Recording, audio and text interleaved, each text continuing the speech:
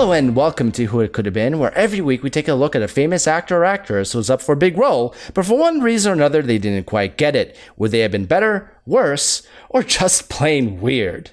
Yeah, kind of like that time Demos auditioned to be Amy in the movie Congo. Well, I had to brush up on my sign language skills, and I think my biggest disappointment out of missing out on that pivotal role was working with Bruce Campbell. It would have been worth the cosmetic surgery. Yeah, forget about the opportunity with greats that are actually in the movie more than 30 seconds, like Ernie Hudson, Laura Linney. We gotta make sure we get you're right. Bruce Campbell's Let's move on. Exactly. Well, today's episode is actually a request that we've actually received multiple times, and it is concerning the 2002 comic book film Spider-Man. Yes, we've talked about it before, and a lot of people got excited about the prospect of Sam Raimi coming back for Spider-Man 4, regardless if it was a chance like doing it as an animated film. So there's still interest in this property, but I wonder how you would have felt if they had cast somebody different than Willem Dafoe in the role of Norman Osborn / Green Goblin. Who else could you picture replacing Willem Dafoe? If there was one spot-on piece of casting in that film, irregardless of the great Bruce Campbell appearing as yet again, although his chin is a superpower of its very own. But nevertheless. I'll tell you what, I am in fact intimidated. You know what? I wonder if him and Jay Leno had a chin off. No, tag team chins. Will they tag team each other via their chins? I don't know. I can just imagine some kind of atomic blast occurring at the moment of contact. So be careful what you wish for, you big bully. I think if Bruce Campbell ever was on the Jay Leno show, they would have had to shoot it with a wide-angle lens in order to capture the epicness of this chin-up.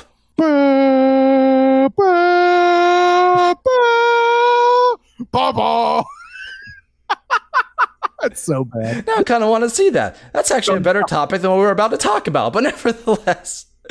So there was another actor that was considered for the role of Green Goblin, and this actor is a self-professed comic book fan to the point where he named himself after his favorite comic book character, that character being Luke Cage. Of course, we're talking about Nicolas Cage as the Green Goblin.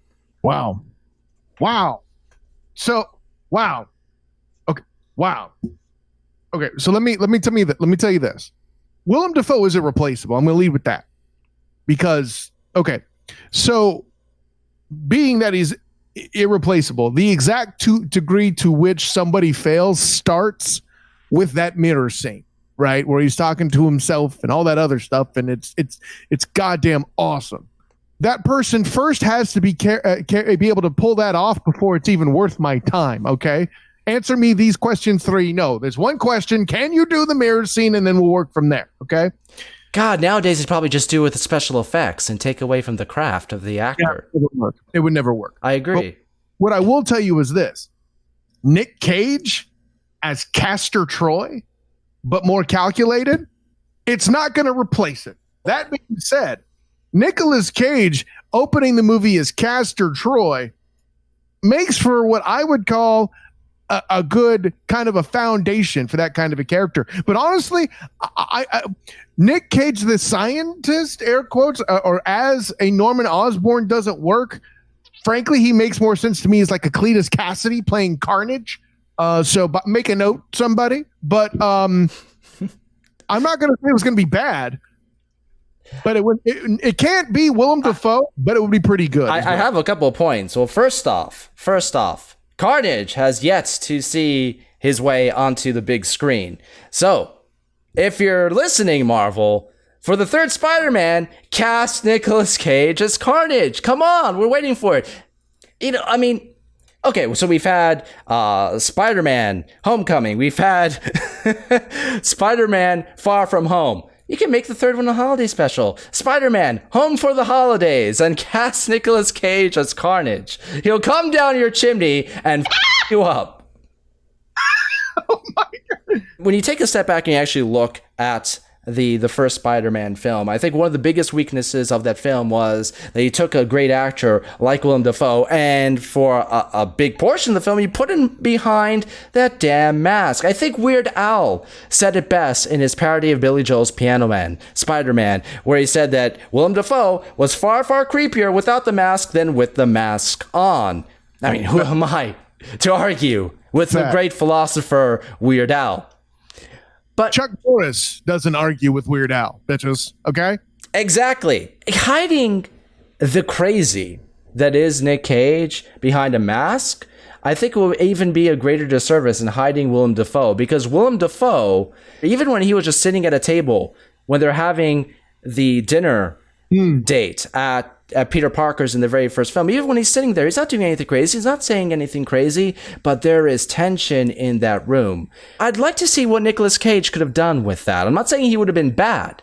I'm just thinking that Willem Dafoe was able to more perfectly find that subtle nerve that the Green Goblin hits, especially in human form, that I'd be more reticent to say that Nicolas Cage can do as well. So what you're trying to say is the actor has to be able to achieve two things: the mirror scene. Well, okay, I said the mirror scene, but deal with it. And they have to be able to also have a voice that carries well enough to where they could look like a Power Ranger villain and still be successful. Do you think that it would have been better or worse than Willem Dafoe? Worse, but only by default. I think it would made for a fine movie, but you're not going to top Willem Dafoe. I'm sorry. It's just no, stop it. Stop it. The only thing I can think of that would be harder to replace is Bill Murray as Peter Venkman. Other than that, just no. I mean, it's pretty much. I mean, that's the thing, though, with a character like Peter Venkman. I mean, it's pretty much Bill Murray. Any actor that replaces him is basically playing Bill Murray. Thank you. I mean, that's why I put him ahead of Willem Dafoe as Green Goblin. You make my point for me, my good friend. Thank you for the validation. This is why we're friends. That's what I'm here to. It's my sole purpose. Hilarity by Default, the channel exists solely to give Kyle Nash validation about his comic book properties. What you're trying to say is, what can I say except you're welcome? Well, considering the singing I did in one of our last episodes last week, check out Alice in Wonderland's I'm Odd. I think I'm going to take a break for a little while. And by the way, I'm still self-conscious about the fact you picked Dad Bod. Thanks a lot, bitch. Well, another reason why the Hilarity by Default channel exists is so I can get physical validation by comparison. Damn.